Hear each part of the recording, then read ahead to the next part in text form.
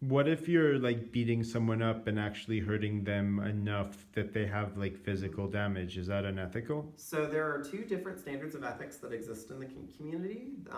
There's more than that, but the two big ones at least are safe, sane, and consensual, or SSC, and RAC, which is risk-aware consensual kink.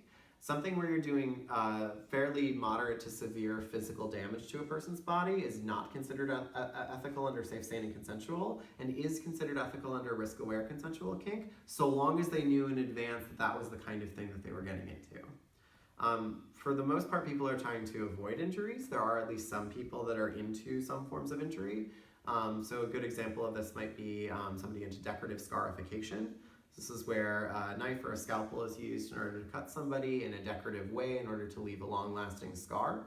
That is certainly a kind of injury that's being done to the body, and there are safe and unsafe ways to do that. If you're not using sterilized implements, that's not safe, and that's not something that you should be engaging in. If you know what you're doing, if you've taken some classes in it, if you watched other people that have done this There are before. classes in decorative scarification. Yep.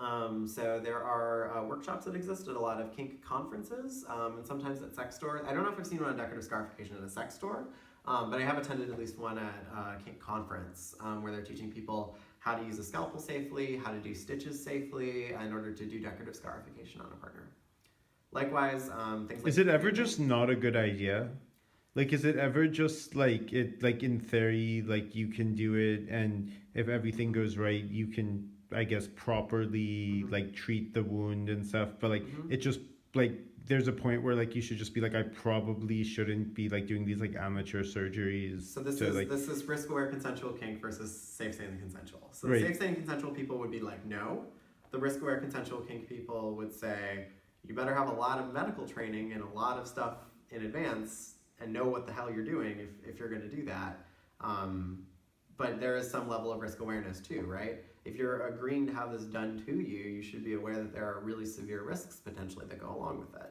And as long as the person is aware of those risks and of sound mind, then it's okay for them to do. Just like if you choose to ride a motorcycle rather than driving in a car, you are certainly putting yourself at a great deal more risk, right? The thing that makes it okay is you're aware of that risk, right? If you're going out and buying a motorcycle and driving it around because it seems cool and you haven't really thought about the fact that it's not very safe, that may not be something that's good to do. And you may want to think and reflect a little bit. Are there any so I mean, I guess like the question is like the difference between the safe, sane, and then the risk of are there people in the kink community who recommend that people not do these things? Like they're like, in theory, like you should be allowed to, but like you probably shouldn't. Are there like mechanisms like that? So there are definitely like parties that'll have rules about what things can be done and what things can't.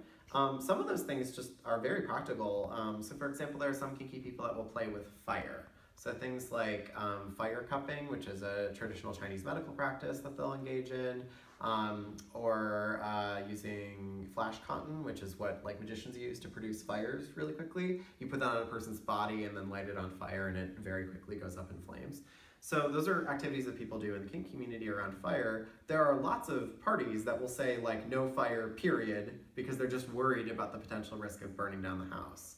And there are very safe ways to engage with fire, but you should have a lot of fire training and safety. And if you're doing this in any kind of like paid professional way, you should have fire performance insurance, right? That kind of stuff.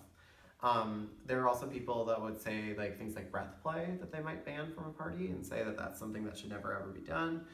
There are people that will ban almost all of these kinds of controversial play, collectively called edge play sometimes, because it's edgy is sort of the idea. What would be considered? I guess all of this is edgy. All of it, yeah. So stuff to do with race, fire, breath play, anything that involves any kind of chemicals, play that involves certain kinds of dubious consent. Role playing a rape is sometimes considered edge play. I'm trying to think. Decorative scarification. Anything with blood is usually edge play. Sometimes needles are included in edge play. Does this ever prevent like legal problems for people coming? Like, can I give you a scenario? Sure.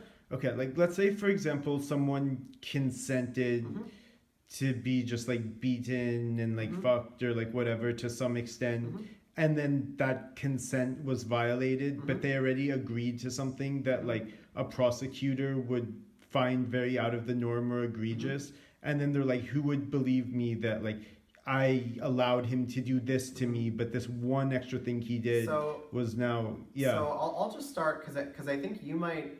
My guess is you're under the impression that this stuff is a lot more legal than it is. Okay. So if you consensually spank your partner and your partner consents to it and continues to consent to it and loves it, that's still illegal.